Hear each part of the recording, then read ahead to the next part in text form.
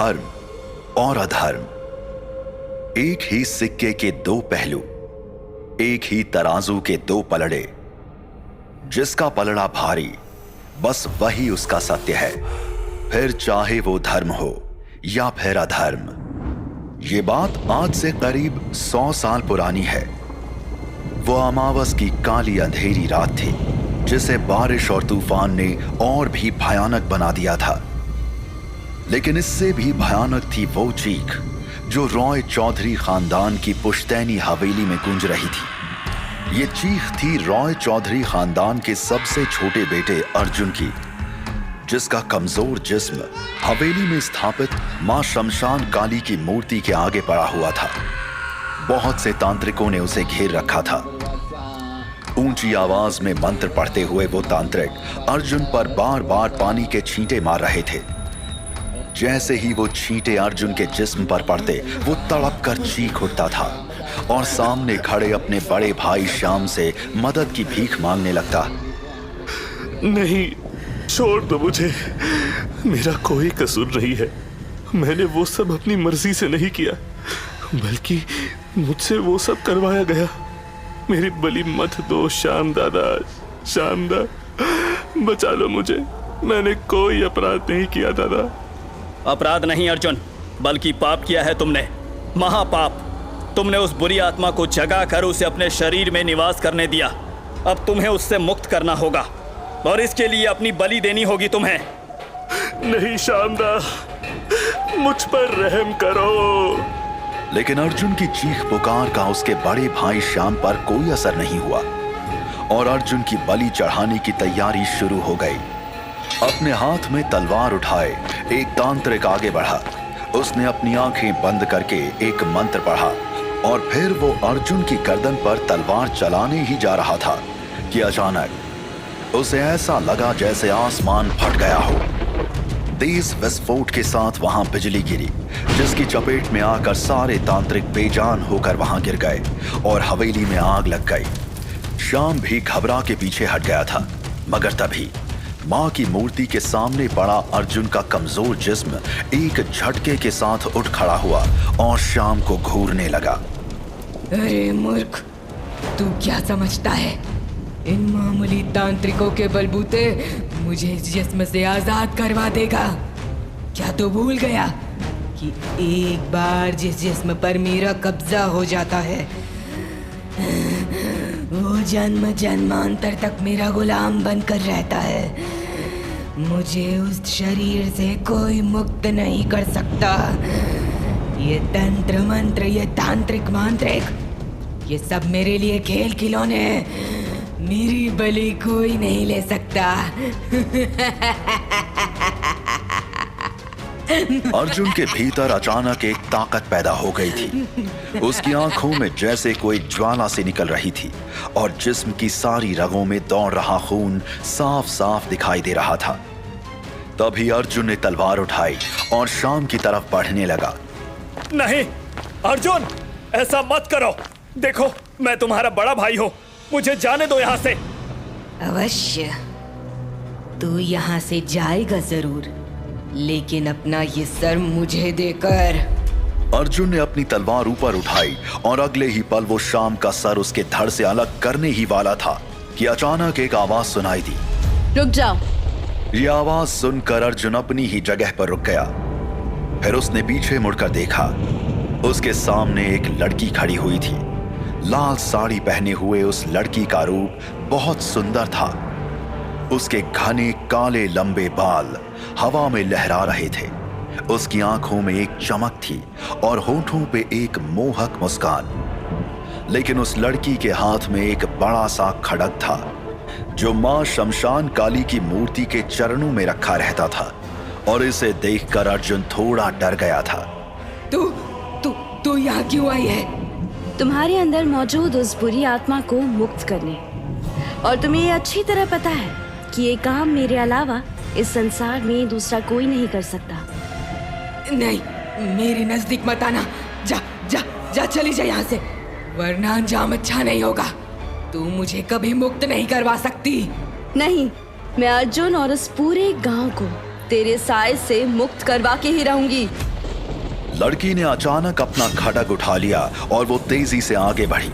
अर्जुन घबराकर पीछे हटने लगा, लेकिन लड़की ने पूरी ताकत से अपना खड्ग अर्जुन की गर्दन पर चला दिया। नहीं नहीं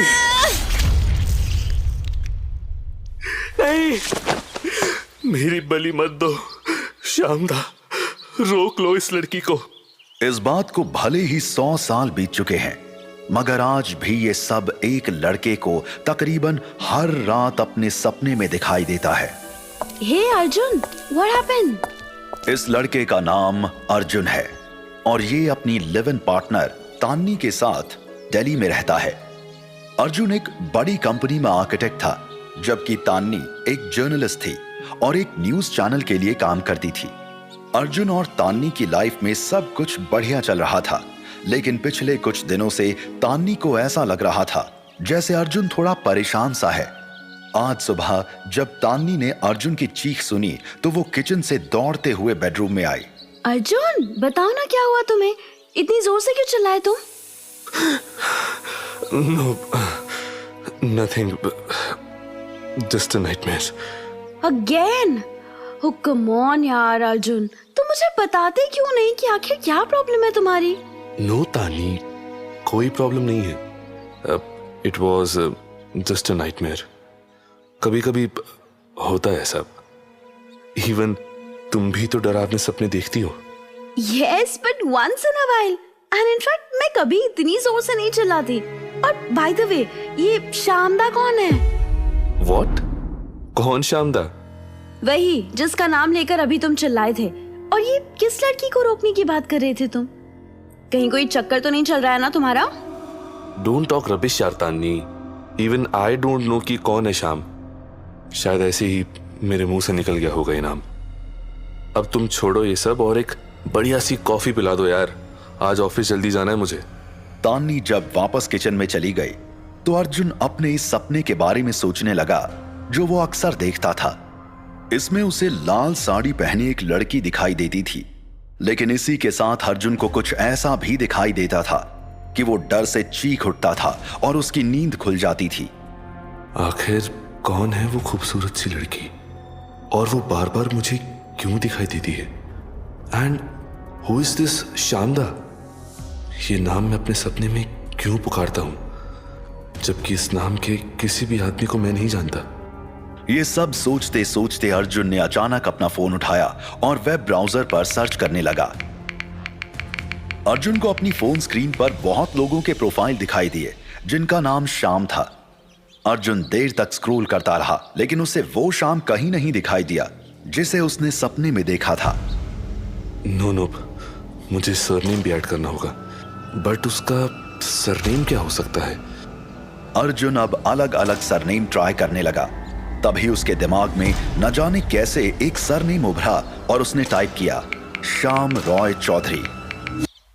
फोन स्क्रीन पर अब बहुत से लोगों की पिक दिखाई देने लगी, लेकिन एक पिक में अर्जुन को ऐसी चीज नजर आई कि वो चौंक उठा। व्हाट? इस पिक में तो एक पुरानी हवेली जैसी बिल्डिंग है और मुझे ऐसा क्यों लग रहा है जैसे ये हवेली मैंने पहले भी कहीं देखी है।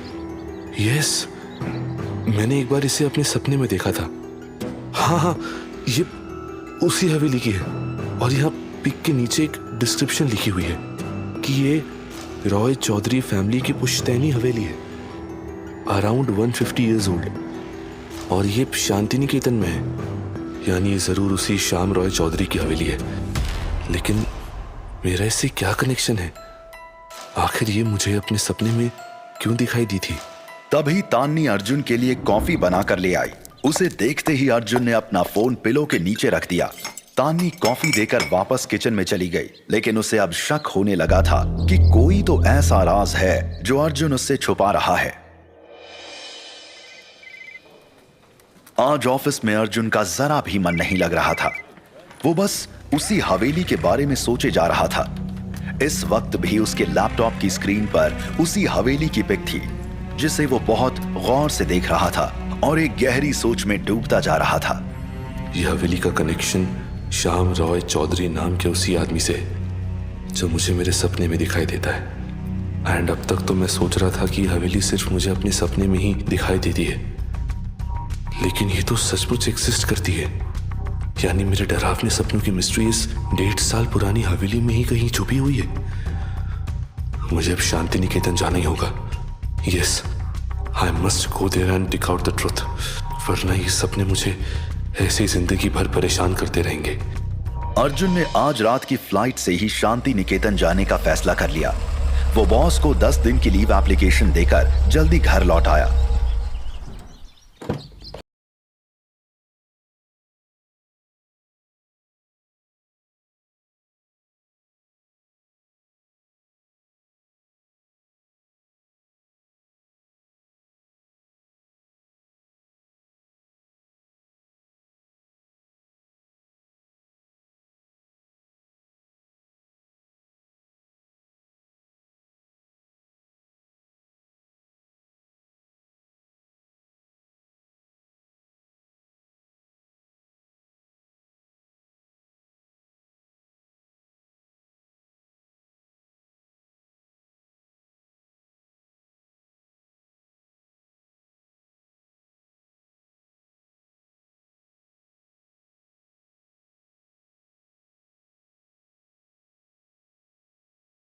तुम कहाँ जा रहे हो?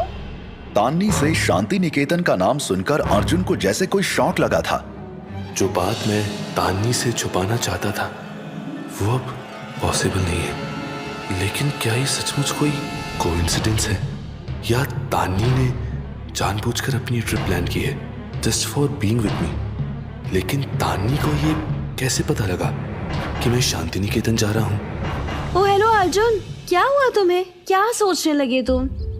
मैंने पूछा कि तुम प्रोजेक्ट के लिए कहाँ जा रहे हो? Actually it's a great coincident Tanni. मुझे भी शांति निकेतन ही जाना है। वहाँ एक हवेली है, उसे रेनोवेट करने और रीडिजाइन करना है। Really? तो हम दोनों की मंजिल एक ही है। Wow Arjun, that's so exciting! मैं बता नहीं सकती कि मैं कितनी खुश हूँ। Let me book the seats for us. और हम फ्लाइट से नहीं बल्कि ट्रेन से जाएंगे, वो भी नाइट वाली। ओह कम ऑन यार Tanni, it's a waste of time. इतनी लंबी ट्रैवलिंग कौन करेगा यार? अर्जुन यार, तुम बहुत अनरोमांटिक होते जा रहे हो। Do you know कि असली मजा मंजिल पर पहुंचने में नहीं बल्कि सफर में आता है। सो जितना लंबा सफर उतना लंबा मजा। You are so crazy यार तान्नी। Yes, I am, and I love you so much. Now give me a kiss. तान्नी ने अर्जुन को अपनी बाहों में भर लिया और उसे किस करने लगी। तभी अर्जुन की नजर तान्नी के लैपटॉप पर चली गई। स्क्रीन पर वही 150 साल पुरानी हवेली डिस्प्ले हो रही थी।